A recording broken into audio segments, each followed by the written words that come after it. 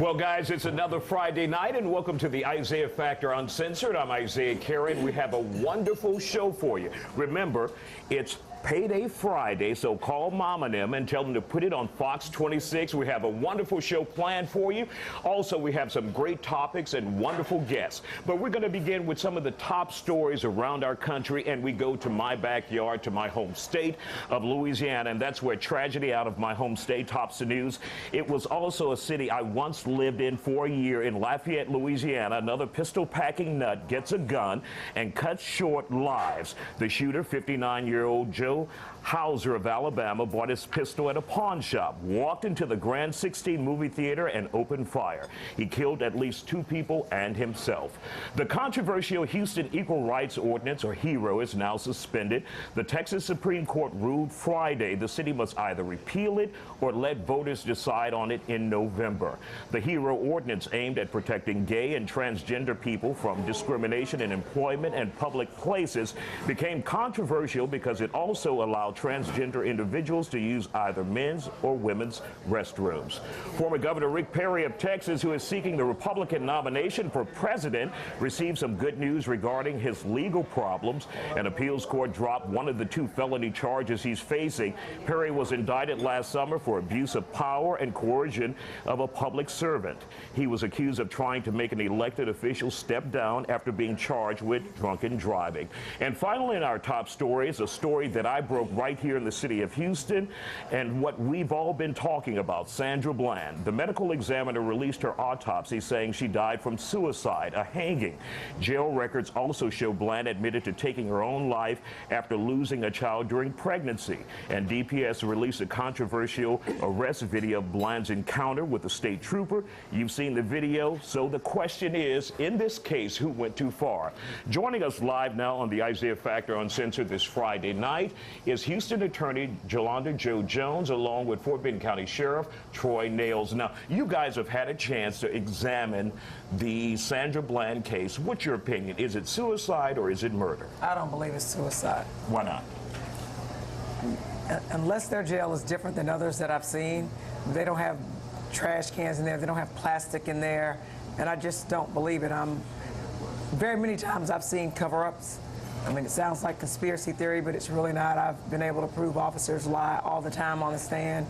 Now, you're an attorney. You deal with facts, you deal with autopsies, you deal with the information that's coming out of the jail. And so if you see an autopsy where she's had a history of saying that she wanted to kill herself because she lost a child, then you also see But she also said, no, I'm not suicidal. So she also said on videotape, though, that she was depressed and she had PTSD. And when she went to the jail and she filled out the paperwork, they asked her history. She was honest enough to share it, and they asked her, are you suicidal? And she said no.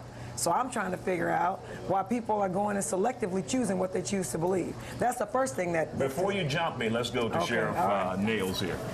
I just think it's unfortunate all the way around, whether it was accidental, whether it was suicide. There are too many facts that are out there. Number one, she did experience depression. She did state that she was suffering from PTSD. The autopsy showed that she had cuts to her wrist, and she was suicidal in the past. The real sad part about all this is that there are way too many people out in our society that are suffering from some type of mental illness. And that's the tragedy here that we have to really focus on. It's not being able to take care of those that are in need. And number one, I kind of blame maybe the state of Texas. There's not enough money being placed into these budgets to focus on individuals that are suffering from mental illness. History has shown in our county jails, Harris County Jail, the largest mental health provider in this state. That's unfortunate. Let's move on to what I brought you guys here for, the traffic stop with the state trooper. Yeah, I want to blame the state trooper. I'm not blaming the Texas. We want to blame everyone. You're cutting through the chains, huh? That's all I'm saying. I mean, as I sit here and I listen, and I can tell you, I don't trust documents without them being cross-examined. That's what a trial is for. I've had very many office reports where I've shredded them. I've had very many officers be on the stand, and I've shredded them and got not guilties. So and I have seen autopsies be incorrect. So you got to see that the state is putting out their version. Information that could help people out there when they're I'm faced happy with to those. do that. You got an attitude already. I got to send her home early.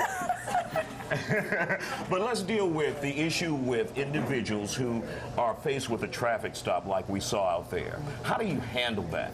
Who was wrong in your opinion, and then get to what you should do? Well, she pulled over as she was supposed to. I always advise people in my Know Your Rights with the police seminars is to don't engage the police in discussions. You have a Fifth Amendment right to remain silent. Use it. I mean, if they're stopping you because they think you did something wrong. And I don't think that people who police think are doing something wrong should talk to the police until they speak with their lawyers, because what you say will hurt you. That's just how it turns out in court. Sheriff Nehls, when you saw that video, what went wrong in that particular stop from your perspective? I thought it was a combination of both the violator, the behavior of the violator, and the trooper himself. I felt that the trooper escalated things a little bit too quickly.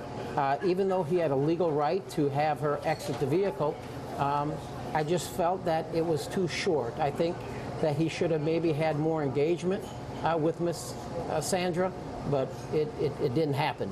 It just went bad, and it went bad very quickly. Even though he had the legal authority to ask her to exit the vehicle, the cigarette, I don't know why he felt he needed to ask her to put out the cigarette, which I don't think he had a legal right to do, but here nor there. You know, put the cigarette out, let's conduct our business, and move down the road. Did she have to put that cigarette out? Well, it's not. And what's smart? What's smart to do? Well, okay, so smart is just not to say anything, right? But I don't want anyone to think that I'm blaming her for her death. Because even, let's say she resisted, let's say it was against the law to have a cigarette. Neither of those are death penalty offenses. I mean, they just aren't. She was entitled to a trial by a jury of her peers. That's the first thing.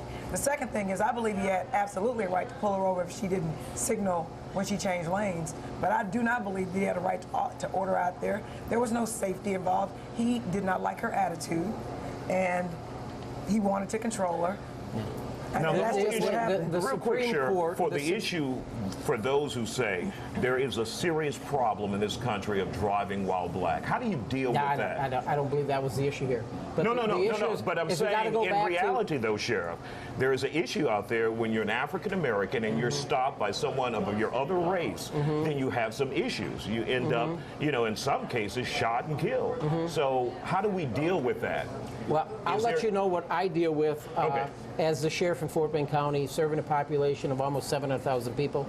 You know, Fort Bend County, according to Rice University, Fort Bend County is the most diverse county in the country. All right? Being sheriff for 3 years, the thousands upon thousands of traffic stops that our deputies and our officers have made in Fort Bend County, I don't think I've had a handful of complaints from violators where they have said your deputy, your officer was a little heavy-handed, was a little bit too aggressive. I don't think I've had a handful of them. So that's what that says to me is, number one, we are hiring and training professional peace officers who want to go out to do the right thing. And we also have the vote of confidence with the public or the violator in this case to comply with the officer's requests or demands. All right. So, thank you a lot. Sheriff Troy Nehls from Fort Bend County, Jolanda Jones, Houston attorney. What, you got something to say now? But what the attorney said here, though, is wrong about... We'll be back after this. Thank you, Sheriff. We got to wrap. The Supreme This is how we do it. It's Friday night, and I feel alright. The party's here. What you wanna? Ain't gonna call early in the morning. And it's like a slice of juicy fruit gum. You keep chewing it, and it gets better and better, and we want to keep it going before all the flavor is going. So we kept these guys around, Sheriff Troy Nehls from Fort Bend County and Jolanda Jones, Houston attorney. Now, we were talking about driving while black, African American in the community. What's your position on that? My position is this profile. We had something on your show, I don't know, half a year ago. We had a representative from HPD, and we had a young man from Fort Bend. The light-skinned guy who looked like he was a defensive lineman, who said he'd been stopped in Fort Bend and he hadn't done anything wrong. And he was a good kid, had never been in trouble. So I think that it depends on the perspective. And I know that, again, gone into court, read offense reports, read autopsy reports, and what is out there where people get the perp walk when they get arrested, when they're found not guilty, no one covers that. And we've shown it, so I absolutely believe there's a problem. Well, let's ask the sheriff, because you're in charge of a huge department with individuals with their own personalities, when they walk through the door, there's no way you can police all those individuals and any issues that they may have internally with someone of a different race. But what can you do as a top cop to prevent that from happening if you acknowledge that happens? I don't acknowledge that it happens in Fort Bend County. And if it does, again, I haven't had a handful of complaints in 3 years. And you're talking about thousands upon thousands of traffic stops being conducted in Fort Bend County every year. And I haven't had a handful of complaints. We're afraid. We don't complain. No, I don't believe that to be the case. What you have is, you look at Chicago right now. Chicago is solving 25% of their homicides, and homicides are through the roof. Why do you think Chicago is solving 25% of their homicides? Why are we solving all of ours? Because it's about it's a relationship with the public. Right now, there is so much distrust with the police and the citizens of the city of Chicago. The police aren't partnering with the community, and the community is not partnering with the police. We don't have that issue in Fort Bend County. So what are you doing different in Fort Bend County? We are solving more crime today in Fort Bend County than we ever have, and that's going back 12 years. But how do you do that? It's because of relationships. It's building partnerships with our community, whether it's a mosque, or whether it's a cathedral, or whether it's a nonprofit organization. We're out there. We reach out to all the different ethnicities in Fort Bend County, and that's what makes Fort Bend County great. Period. I think just really quickly, this is sort of like having an addiction like alcoholism. If you don't acknowledge there's a problem, you can't solve it. And if you go walk in any neighborhood or community of color, we don't trust the police. We're afraid of the police. And so we can sit up here and play pretend if we want to, but I ask everyone to walk a day in the shoes of people of color in this area. And I will have to say, though, I'm going to have to say I respectfully disagree. I think spewing this type of attitude is not good for the community. I think that young viewers watching this right now are listening to a woman that's saying that distrust the police, distrust the police. I think it's wrong. And this doesn't help matters at all when you're out there talking negatively about law enforcement today. There's 110,000. We're not putting it on me. There are 110,000 TCLO licenses in the state of Texas. Licensed peace officers. How many of these issues are we dealing with? Very few. It's 0.004%. So you can't make the blanket statement to distrust the police, because there are good officers. There are good officers. I will agree. Ignorance. There are good officers, ignorance. but a few bad officers can ruin a whole bunch of lives and a whole bunch of families' lives. All you have to do is look what happened to Sandra Bland. We want to thank you guys for coming on, Sheriff Troy Nehls and Jolanda Jones. Once again, thank you for coming on the Isiah Carey Uncensored. We'll be back with Chief Charles McClelland from HPD, and we're on a honeymoon with him. We'll be back. This is how we do it. It's Friday night, and I feel alright. What you want ain't gonna call us. And welcome back to the Isiah Factor Uncensored. Joining us now is a top cop with the Houston Police Department, Chief Charles McClelland. We want to thank you for coming on the Isiah Factor Uncensored. Now, one of the things I did before I had you on, I actually went out to some rank and file cops and I said, okay, what tough questions do you have for them? They said none, because they are enjoying your leadership at HPD, which is unusual, but not for you. So when you hear the conversation that they had earlier about driving while black and some of those issues, what's your position on those? Well, first of all, thank you for having me, and it certainly is a pleasure to represent all the men and women of HPD. When I hear those comments, I do understand people's perceptions, and some of those perceptions are real. Because we don't have a special place that we go out and hire police officers. But speaking for the Houston Police Department, we make sure that number one, we're 53% minorities. We're very diverse. We invest a lot in our cultural diversity training. And also, the state of Texas requires law enforcement officers to actually document their traffic stops and the reasons why. So we turn in a racial profiling report every single year so that we can monitor that. And some cops don't do the right thing. We know that. You have seen what has transpired and happened with the Sandra Bland case. What's your position on that? When you look at the totality of what happened to her, then the traffic stop. Well, it is a tragic, and certainly my heartfelt sympathies goes out to the Bland family. First of all, it's tragic anytime someone loses their life. But let me just preface my comments with this, that my knowledge of the case is very limited, and sometimes when you're passing judgment on a situation like that, it could be dangerous when you don't have all the facts. I do think the trooper's actions during the traffic stop of what I viewed was over the line. He was out of line, and in my opinion, he certainly escalated that situation to the point where it didn't need to go. It was a minor traffic violation. Appears to me that he had already completed the citation. Why not let her sign it and go on her way? I don't think he had a right to have her put out the cigarette. He had walked up to the car. He didn't tell her that to get out for his safety or anything like that. I just think he was over the line. And I would be very disappointed if a Houston police officer conducted him or herself in the same way, and I wouldn't tolerate it. So how do you manage to keep tabs on 5,000 plus officers that you have? Obviously, that's a difficult job. It's very difficult, but leadership starts at the top, and you set an expectation. And very on in my administration, that's what we did. We started out with trying to improve the integrity and professionalism by putting accountability pieces in place to where officers, supervisors, everyone is accountable, and everyone else holds each other accountable. And we believe in that philosophy. Now, just I think it was yesterday, Thursday, there was a hanging at one of the city jails at Yes. HPD. Where do we stand with that? Obviously, it's not the same issues that we've seen with Sandra Bland, but where do we stand with that, Chief? Well, it is still under investigation, but let me just speak to the point in general. It's unfortunate, but sometimes people do commit suicide while they're in custody in jails around the country. It's been the case, and they do it for various reasons.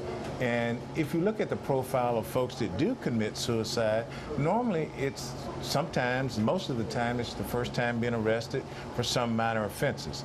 And because of the immediate stress that's put on that particular person of being incarcerated, confined, and they can't take it.